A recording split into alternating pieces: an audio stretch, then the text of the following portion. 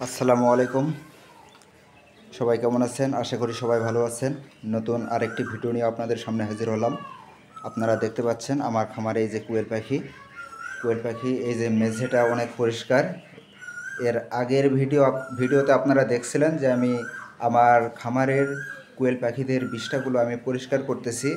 এই যে সেই আমি বস্তাবন্দি করেছি, সেগুলো কোয়েল পাখির বিষ্ঠাগুলো এই যে বস্তাবন্দি করেছি। এখন আপনারা দেখতে পাচ্ছেন আমার ফ্লোরটা খুব সুন্দর পরিষ্কার। এখন আমার ফ্লোরে কি করতে হবে? ফ্লোরে আবার নতুন করে তুষ ছিটাতে হবে। তুষ মানে ওই যে ধানের চিতান যেগুলো আছে, ধানের চিতান মানে এগুলো ধানের চিতান, এগুলো তুষ, এগুলোকে আমরা তুষ বলি। এই তুষগুলো আমি এখন এখানে ফ্লোরে ছিটিয়ে দেব। তাহলে আবার নতুন করে হবে কি, আমি একবার যখন তুষ ছিটিয়ে দেব, এই ফ্লোরটা আমি আবারও 15 থেকে 20 দিন পরে আবারও এই আজকের মতো এইভাবে পরিষ্কার করব। অর্থাৎ 15 থেকে 20 দিন আমাকে আর পরিষ্কার করতে হবে না। দেখেন আমি কিভাবে তুষগুলো ফ্লোরে বিছিয়ে দেই।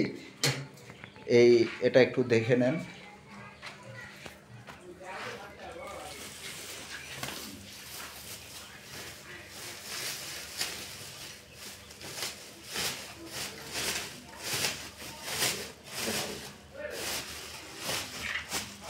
এই যে আপনারা দেখতে পাচ্ছেন এগুলো তুষ, পরিষ্কার তুষ।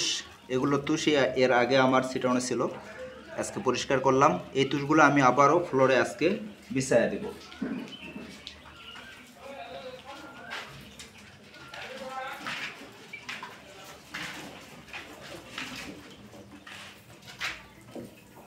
এইভাবে আমি সুন্দর করে বিছিয়ে দেব, পুরো ফ্লোরটা বিছিয়ে দেব।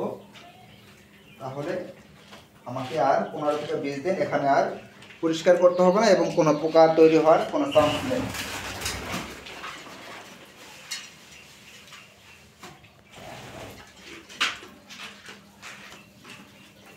এই তুষগুলো ছিটিয়ে দিলে এর উপরে পাখির যতই বিষ্ঠা করুক না কেন, কোনো পোকার সৃষ্টি হবে না এখান থেকে।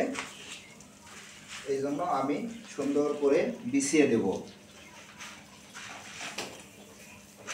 ঠিক এইভাবে আমি পুরো ফ্লোরটা এইভাবে তুষ বিছিয়ে দেব।